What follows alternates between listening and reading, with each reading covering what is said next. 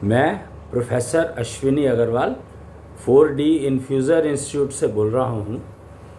और आज जो है हम लोग बात करेंगे, अवतारों के बारे में समझने की कोशिश करेंगे। फाउकोलॉजी एक सब्जेक्ट है जिससे हमें तत्वों का ज्ञान हुआ कि मात्र तत्व 5 नहीं हैं, और भी बहुत सारे तत्व हैं, और कुल 24 तत्व तो हमें हैं, समझ में आ गए हैं। और एक दशांग चक्र के बारे में हमने पहले बात की थी, और क्योंकि दशांग चक्र जब ठीक चलने लगता है तो चीज़ें समझ में मन और बुद्धि का सिंक्रोनाइजेशन हो जाता है। 5 सेंसेस और 5 कर्मेंद्रियाँ का सिंक्रोनाइजेशन हो जाता है। इनफैक्ट सेंसेस 5 की जगह 6 भी हो सकती हैं, 7 भी हो सकती हैं, 8 भी हो सकती हैं। तो हमने कल बात सेंसेस के ऊपर करी थी, उसको समझने की कोशिश की थी। उसका वीडियो ऑलरेडी यूट्यूब के ऊपर अवेलेबल है, अश्विनी कुच्छल यूट्यूब चैनल के ऊपर आप देख सकते हैं। तो आज हम बात करेंगे, हमने थोड़ा फ़र्क समझा देवी देवता, गुरु, शिक्षक, अध्यापक और भगवान, इन सब में थोड़ा थोड़ा जो फ़र्क है वो थोड़ा थोड़ा समझने की कोशिश की थी पिछले वीडियोस में। आज हम समझने की कोशिश कर रहे हैं कि अवतार क्या है। पहला अवतार कहा गया है मत्स्य अवतार। विष्णु के हर महायुग में 10 अवतार होते हैं, और 10 अवतार जो हैं समय बदलता है। महायुग का मतलब है 43 लाख साल का एक युग। अगर आज के साल को हम देखें तो 43 लाख और कुछ हज़ार, 43.2 का शायद बताया गया है, वो होता है क्या कहते हैं इसको, महायुग। और वो 4 हिस्सों में डिवाइडेड है।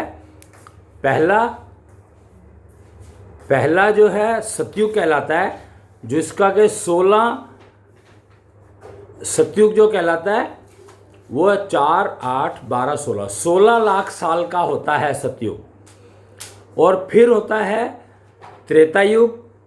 त्रेतायुग होता है 12 लाख साल का। और फिर होता है द्वापर युग। द्वापर युग होता है 8 लाख साल का, यह अप्रॉक्सीमेटली बता रहा हूँ मैं, 8 लाख साल का। और फिर होता है कलयुग 4 लाख साल का। तो ये समझ लीजिए आपके पहले 16 लाख साल जो चलते हैं, या कलयुग से शुरू करते हैं हम, क्योंकि आजकल कलयुग चल रहा है तो हम लोग कलयुग से शुरू करते हैं। कलयुग में जो कलयुग के बाद सतयुग आएगा, ये तो पता ही है, क्योंकि साइकिल है, साइकिल चलता है, आगे आगे चलता रहता है साइकिल। तो कलयुग के बाद सतयुग आएगा।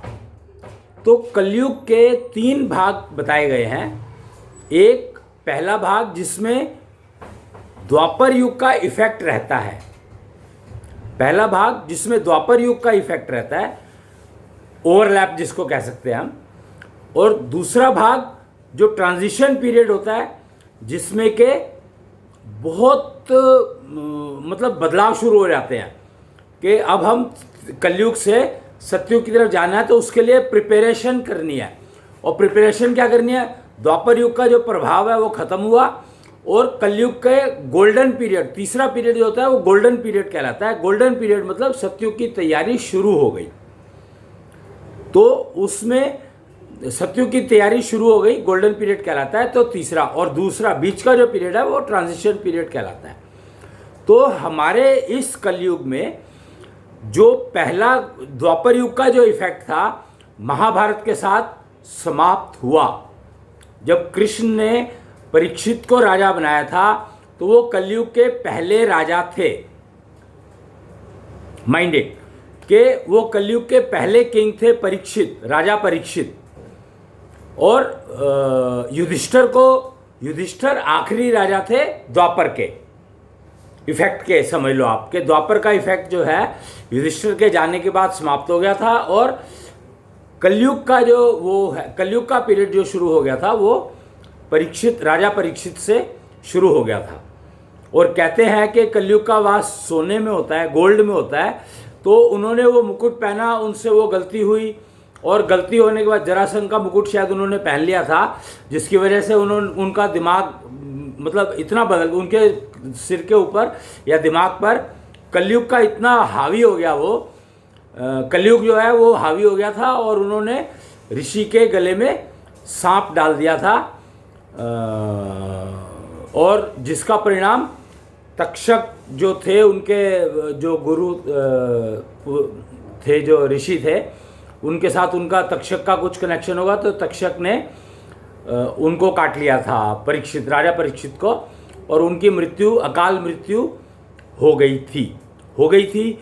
पर उससे पहले उन्होंने वो भागवत सुनी, और शुकताल पर जो एक वो आती है आखिरी टाइम जो उन्होंने शुकताल पर बिताया गढ़गंगा के पास, तो वो सब चीज़ें तो सबको पता है। भागवत आपने बहुत सुनी होगी, रमेश भाई ओझा बहुत अच्छी भागवत सुनाते हैं, तो उन्होंने ये बात बहुत बार बताई है, और हर बार बताते ही हैं, क्योंकि ये पार्ट है भागवत का।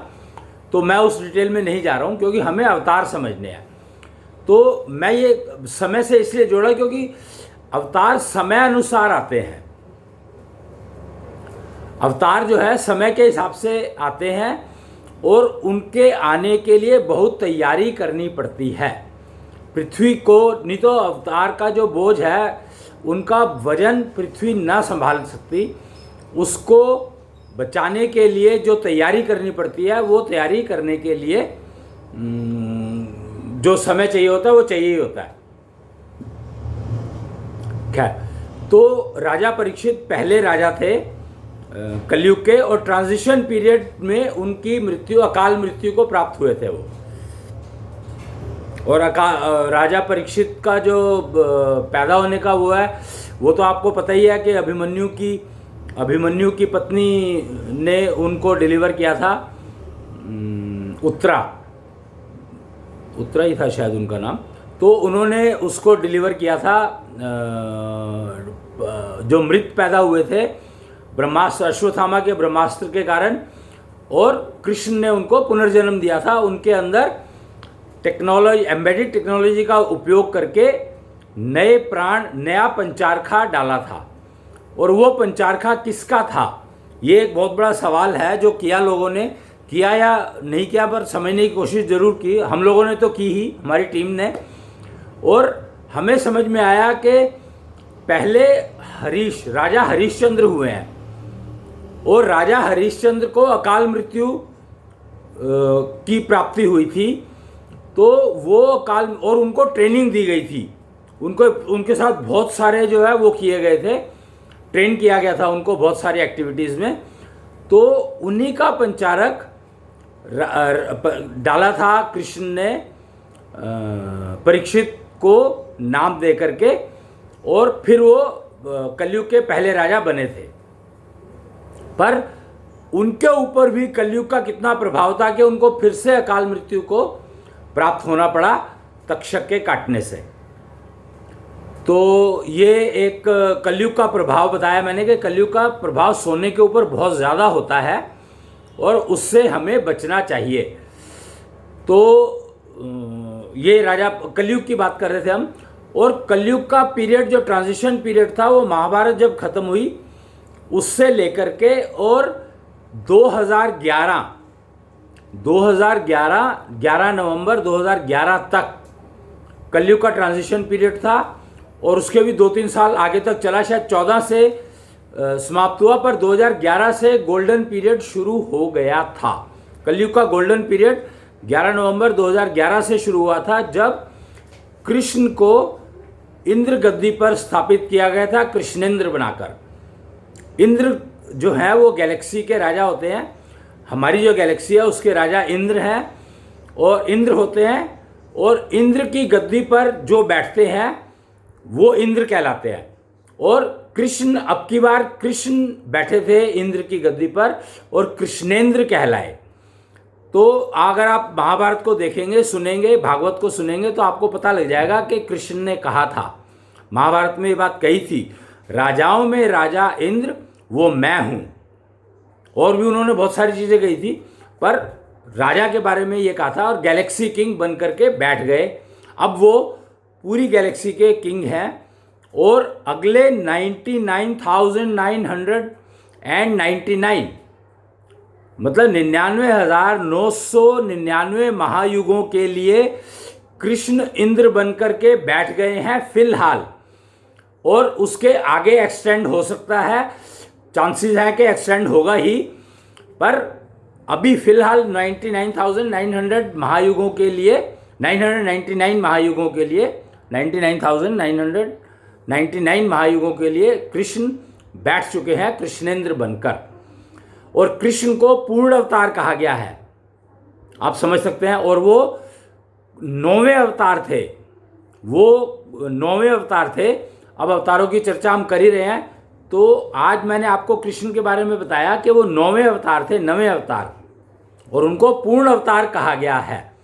तो अब हम अगले उसमें चर्चा करेंगे कि 9 अवतार जो है उसमें पहला कौन सा था और आगे क्या था और किस किस अवतार ने क्या क्या किया।